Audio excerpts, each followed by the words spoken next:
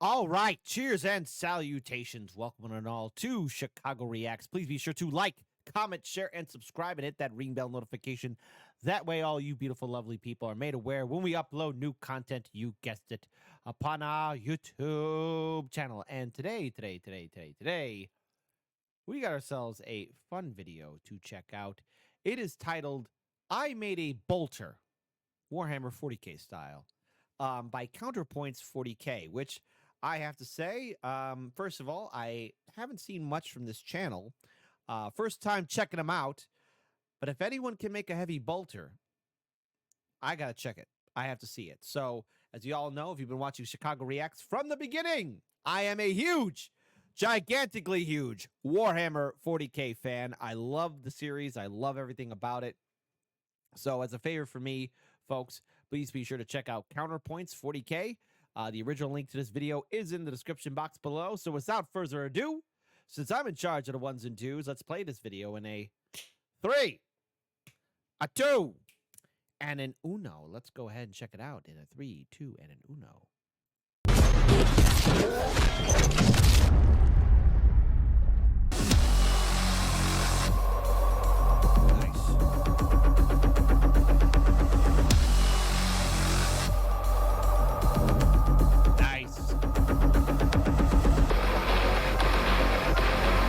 Casino!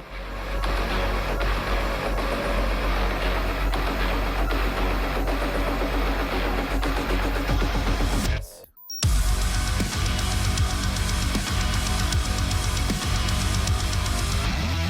Yes.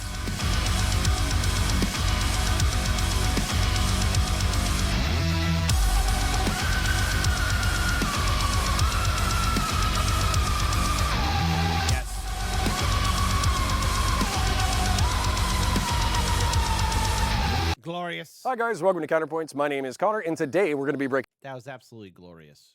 down my bolter. Now, before we get into the breakdown, let me break something else down for you. The phenomenal products from the veteran-owned and run Hawkins & Company, available to you at an exclusive discount when you use code Counterpoints at checkout. Not only do they bring you some of the finest American-made leather products in the country, they've expanded into selling Buck brand knives, beautiful, razor-sharp blades ready for everyday carry or your next outdoor excursion. This is on top of a wide assortment of wallets, including minimalist, bifold, biker, and trucker style. They also fashion rugged belts meant to upgrade your wardrobe and bring some of that fine sophistication that only handmade leather can offer. I've been carrying their bifold for going on 6 months, and I have beaten the heck out of it with daily carry and heavy use, and all the stitches are perfect, and the leather is as supple as the day I bought it. So many things in our world are synthetic, fake, corporate, and soulless, but Hawkins & Company continues to be a great friend of the channel and puts their soul into their business. Check them out today and reward them with your business. Use code Counterpoints to get a fantastic discount. Now on to the show. Today we're going to break down the bolter, why it exists, how my bolter performs against the tissues of various Xenos, and finally, how I built it and how you can get your very own. For the uninitiated, the bolter is a 75 caliber gyro jet. I'm loving the Astartes reference right there. Yes! By the way, Games Workshop, why are we still waiting for Astartes 2? Assisted rifle with an explosive round. The Warhammer 40,000 universe is filled with all sorts of monstrous threats, and the bolter is used to kill everything from chaos-corrupted humans to monstrous aliens. It is a standard issue weapon of the Space Marines, while mortal warriors such as myself will have access to them on a limited basis. There is a famous quote from a civilian seeing a Space Marine for the first time asking, "What?" Yes, I have a damn question.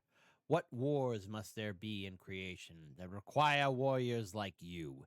And I actually have that comic. Wars must there be in creation that requires warriors like you? And that question can be re-asked. What kind of monsters must there be in creation that requires weapons like the bolter? When humanity first spread to the stars, they encountered beasts like the Yautja, Xenomorph, and Na'vi. And the truth is, how dare they? Our weapons were not up to the task. A majority of weapons were designed with the limits of human physiology in mind and were too small to take down these stronger and hardier races.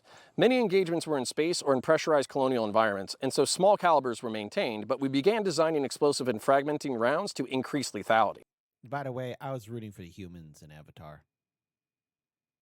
I know, I'm going to say it again. I was rooting for the humans in Avatar. Oh, the whales. I don't care. The Colonial Marine M41A pulse rifle, as an example, fires a 10mm explosive-tipped round meant to punch and detonate in its target while not ripping through the lengths of a colonial ship and venting everyone into space. For ease of manufacturing, this standard was maintained through the bug war. When we first encountered bugs, also known as arachnids and terminids, we knew we had to change up. This is because that abhorrent race fielded thousands of massive creatures reinforced with chitin armor, and we had to get to the gooey insides in order to bring them down. We first did that by heavily adopting shotguns and testing out various slugs to stagger our opponents, and incendiary ammunition to... I like that he's connecting all those universes together for the Warhammer 40K universe. But for those of you who don't know, before the Imperium of Mankind, I know it's absolutely heretical to say that. Before the Imperium, there was, I guess, at one point, maybe a quasi-federation-like empire. To cook them. This was good, but it was only a temporary solution meant as a stopgap until the development of the widely fielded proto-bolter known as the JAR 5 Dominator. The Dominator used gyrojets to rocket assist their ammunition to and into their target and used a smart detonation system to erupt the insides. This was wildly effective and became a go-to weapon for special forces facing monstrous threats. This development remained important through the Dark Age of technology and the collapse, with bolter variants being found in the wastelands of Terra during the Unification Wars. The bolters can rip through various targets with ease, making it a potent weapon, but also has a psychological component where most enemies capable of feeling fear will flee battlefields where they just saw their brothers in arms get ripped apart by explosive rounds. To demonstrate these effects, I got a few targets from my local Magos biologist. When I asked them how he got these samples, he said, "Shut up, meatbag." Yes. First up, we have some Tau flesh to show what it does to those peace-loving Gundam suit-wearing fish-headed freaks. They broke poor Kitten's heart.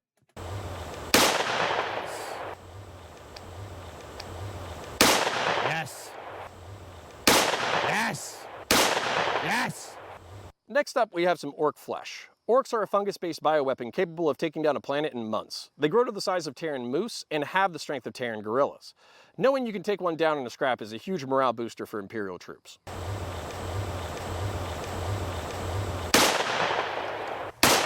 Wow, Xenos.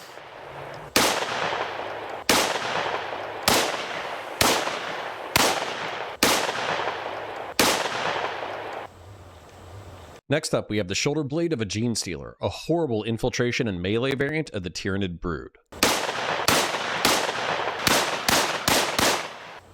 Now here's a slab of Chaos Ogren. His mama lied to him.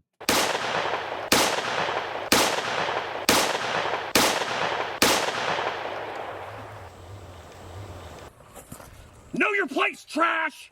Now, unfortunately, right. I couldn't get an Eldar sample today, but here's me blowing up random targets for your enjoyment.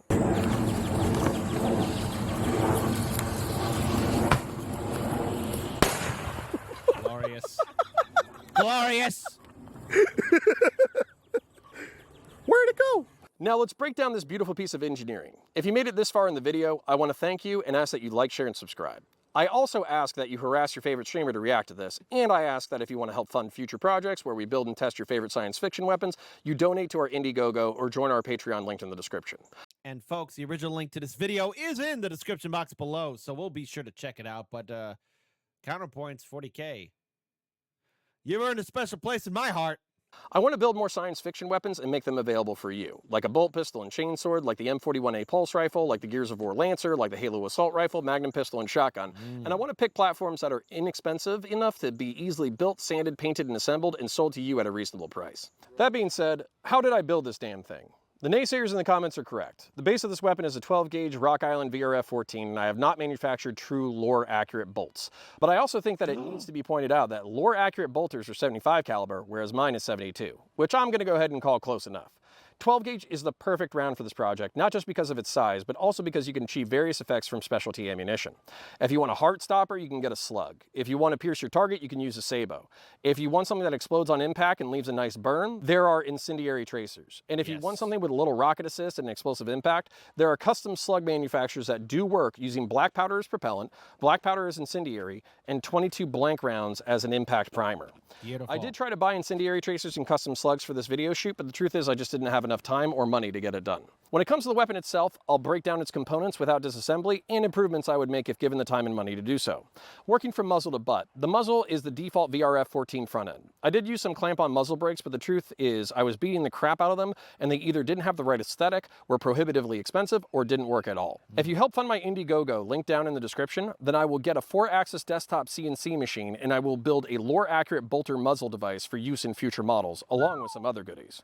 Next, when it comes to the handguard, this is all 3D printed in PLA Plus plastic. I did all the design work myself. I'm not an engineer, but I was able to measure and print and measure and print and measure and print until I had a solid object that locked in snugly. I first tried removing the factory handguard from the VRF-14 and replacing it with my own, but the truth is that 3D printed plastic is not as strong or heat resistant as injection molded plastic, and so I instead opted to mount my furniture on top of the factory handguard. The furniture locks in multiple places, wrapping snugly around the rear of the firearm, the chamber of the firearm, and uses the original handguard rail system to prevent forward movement. I eventually would love to do a monolithic upper for ease of manufacturing, but I also wanted to keep it simple so anyone can do this at home. This was all printed on an Anycubic Viper, which is an entry-level printer with a print bed that is around 10 inches long, wide, and high. That's actually pretty incredible. He was able to do all this in the comfort of his own home. I was able to get one for $200 or engineering space refurbished, and has served me darn well. The furniture locks together using metal screws. I used M5 screws and M5 heat inserts, allowing me to melt threads into the furniture and then use screws to lock it all together. Finally, I had to experiment with infill settings, but ended up at 50%, which has taken a beating and then some. This is sanded and then painted with some rattle cans, so we can definitely improve on the finish and painting department, but I was so freaking excited to show this thing off, well, we'll work on that. So how do you get one? There's two options. At this time, I do not have a business. I work full-time, I have 2 side hustles, and I have a young family. As I mentioned, I want to build more science fiction weapons like a bolt pistol and chainsword, the M41A pulse rifle, the Gears of War Lancer, the Halo assault rifle, battle rifle, magnum pistol, and shotgun. I want to make an aluminum and steel gravity hammer and Sangheili sword and a Tana straight silver knife, and I want to pick platforms and materials that are inexpensive enough to be easily built, sanded, painted, and assembled, and sold to you at a reasonable price. Before I can make a move on that though, there are costs I hope that this video is reaching the algorithm and maybe your financial support can help with. The Biden administration has made it so if you sell weapons for a profit, you have to have a federal firearms license. The license I would need is $200, and I can apply and foot the bill myself. That's not a problem, but that could take time. I also want to buy a 4-axis desktop CNC machine so I can make other parts like the muzzle brake and knives that would be all in metal. Let's just call these items spicy cosplay props, and I need to know there's interest if I'm going to invest a sizable amount of time and money into this project. So if you are interested in seeing me do that, like the video, subscribe to the channel, donate if you can, share it with friends, and check out the other content to help me out. All right. The second option is you can buy a Rock Island VRF-14 for around $600. You can download my 3D print STLs listed in the description for $75, and then you can get some heat inserts and screws and print and assemble your own. I will make a start to finish assembly video and publicly post it, likely on an alternative channel for monetization reasons. Please be patient as we get this all sorted out, because I'm sure logistics and links and websites will change, but you, yes you, can have your own functional bolter for less than $1,000 and some elbow grease. Which brings us to the end for now. Like, share, comment, ring the bell, check out all the breakdown content on the channel, check out the Unified Timeline video, and go get a beautiful leather wallet from Hawkins & Company. Support our other sponsors, join the Patreon to help support the channel, support the Indiegogo to get us started, and join the Discord to hang out with other nerds. I appreciate you. Catch you in the next one. Until the end. Peace. Kill more Xenos.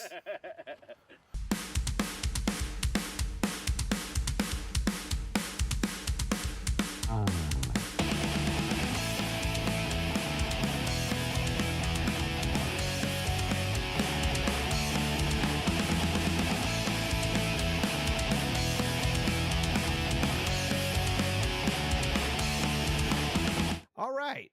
First of all, Counterpoints, I wish you all the best in your career in making this come into fruition. Now, listen, folks, they got a good channel. I say, if you haven't done so already, please help them out. I think this looks like a fun project, and he's got the heart and the passion to do so. And if you guys want us to check out other, because here's the thing. I know some of the major big Warhammer 40K channels, but, you know, there are others out there.